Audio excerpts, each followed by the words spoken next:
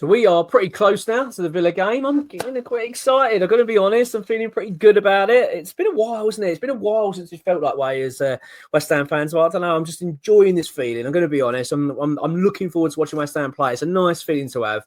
It's been a while. Yeah, really looking forward to tonight. And the fact we've got so many West Ham fans going, nearly 7,000. That's a big number. No, sorry, nearly 6,000.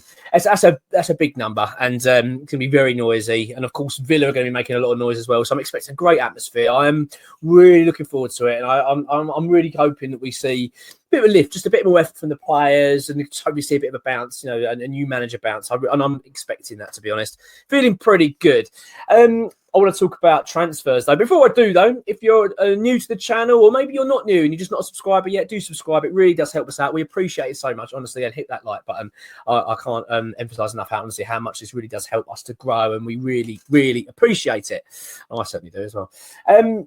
So let's talk about transfers. I did say there was going to be a big update, and this is pretty big. We've had a big one from EXWHUEMPLOYEE employee. So I'm going to be kind of reading off of his update of where we are with a few things. Of course, there's the expectations now, levels are rising because of the introduction of Graham Potter and what we're going to be doing this month. It's, regardless of Potter and the situation, don't get me wrong, that's fantastic, but we do need to get our house in order in terms of the playing staff. We've got some real issues, as we know. Midfield's a problem. We've got an issue with strikers, of course. Fulcrum could be well on his way. There's a lot of doubt at the moment. Edson Alvarez is all going to come to him in a minute as well, possibly moving on. I don't think that will happen, to be honest. But obviously, Mohamed Kudus, there was all that question marks about him. So there's a few things that need sorting out. And so as much as it's all great to have the sort of manager side of things dealt with, or the head coach, it's the playing side of it, players side of it, we really do need to get right. So it's still a busy month for West Ham. So this is a bit of an update then of where we currently are. So the first one I want to talk about is Evan Ferguson. So this is the update from X. The Brighton forward is available for a loan spell. However, it's more likely to be at the end of the window. If Welbeck does come back from his injury, there are a number of clubs also interested in him. However, our strong link with him and now is Graham Potter. He gave him his debut for Brighton. So I think there's an element of confidence that we could get that Evan Ferguson deal done. I'm a little bit unsure about Evan Ferguson, and that's not his ability. I think he is an outstanding player. I think he's finishing stunning, and I think he's strong, and he's got all the attributes, I think, for a top Premier League striker. The only issue with him is his injuries. It just feels like he's always carrying a knock or something going on with him. He always feels like he's struggling with injury. That's the only thing that's putting me off. I don't want us to commit and have to spend a lot of money or something like that, or loan with an obligation to buy, all that kind of stuff, with a player that was going to be injury prone. The last thing I think this club needs is injury prone players. I really just don't want to hear it. That's been linked with anyone that's injury prone. We've been down this path so many times before, haven't we, West Ham? And I just don't want to go down it again. For me, fitness is a real priority. So that's my only concern. If there's confidence that there isn't a long injury issue here, then I maybe could warm to it. But I don't know. I'm a little bit unsure at the moment when it comes to Evan Ferguson. But it appears that he is a target, as I say. And we have got Graham Potter here now, which if we were to really push for it, I do feel that we could become one of the front runners for his signature. Marcus Rashford, that's the sort of the one that seems to be getting quite a lot of attention. I wouldn't say that this update from X is leaning towards the fact that anything's going to happen with Marcus Rashford. To be honest with you, I'm not sold on him, Marcus Rashford, at all. I think, don't get me wrong, he's shown signs over his whole career what a player he is and the quality he possesses. There's no denying that.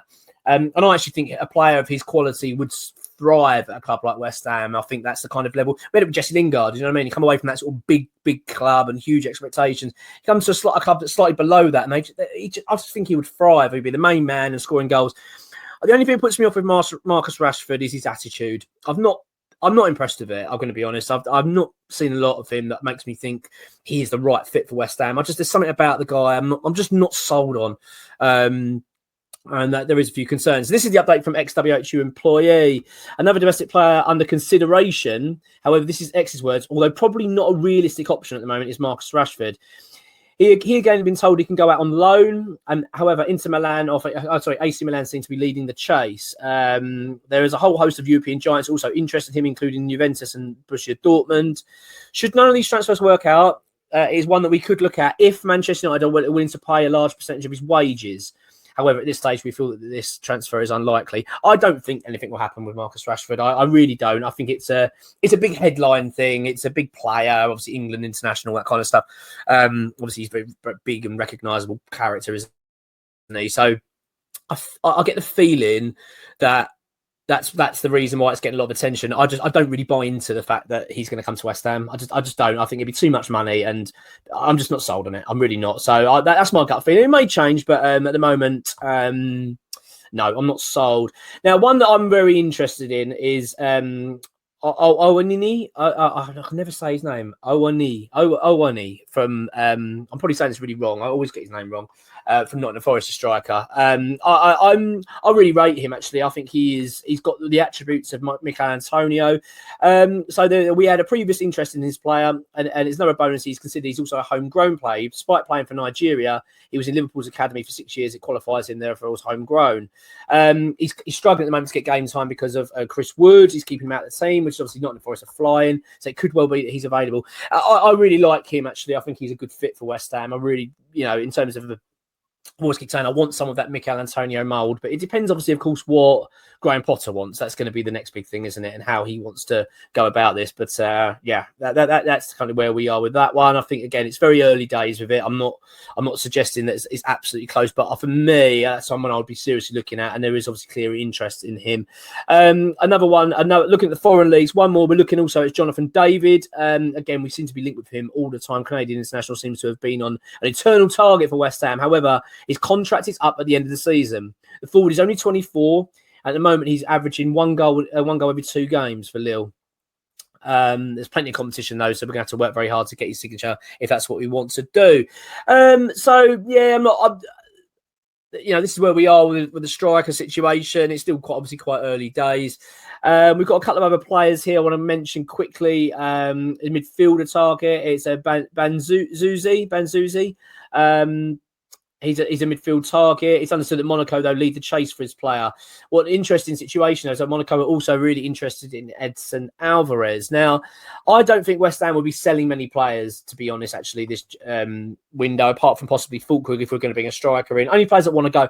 I'd be surprised if we're going to let go of Edson Alvarez at this stage. I feel like when you've got players that are quite pivotal to your team, I think it'd be very strange to get rid of them in the mid-season, especially with the way we are at the moment. Mohamed Kudus, of course, linked to a move away. I think with the injuries of Bowen, it just won't happen at all now, unless the club comes in with £100 million. No one's spending £100 million in January, as far as I'm concerned. So I actually don't think we're going to be likelihood of selling Alvarez. I mean, we're talking loan, by the way, of Alvarez originally as well, which I don't really understand why we'd do that. But I can't see us getting rid of sort of key players now. As I say, the only one I imagine we probably could go is Fulkrug, as long as we get a striker in. I think there's a chance we will take that option. We've got reports that Juventus are very keen on Fulkrug and could be looking to make a move. So there's a bit of interest. Oh, and also Frankfurt interested in Fulkrug. Now that obviously really suit him. Obviously he wants to go back to Germany. So I've got a feeling something could happen there. But let's wait and see. Now, I'm just trying to work this guy's name out.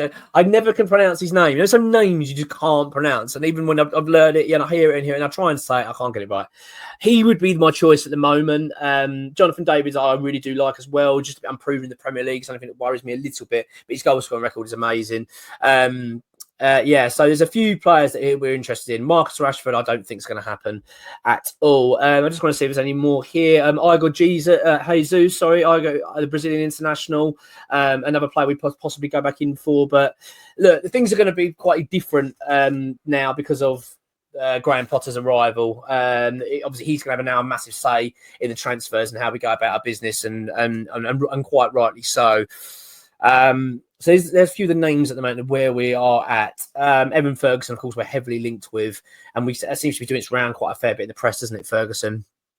I think at the moment it's very difficult to say this is all going to go in terms of who we're definitely going to go for. I think Evan Ferguson for me is probably a front runner, especially now that we've got Graham Potter. It kind of makes sense. As I say, I've got a few concerns over his injuries, but I mean, don't get me wrong, great player.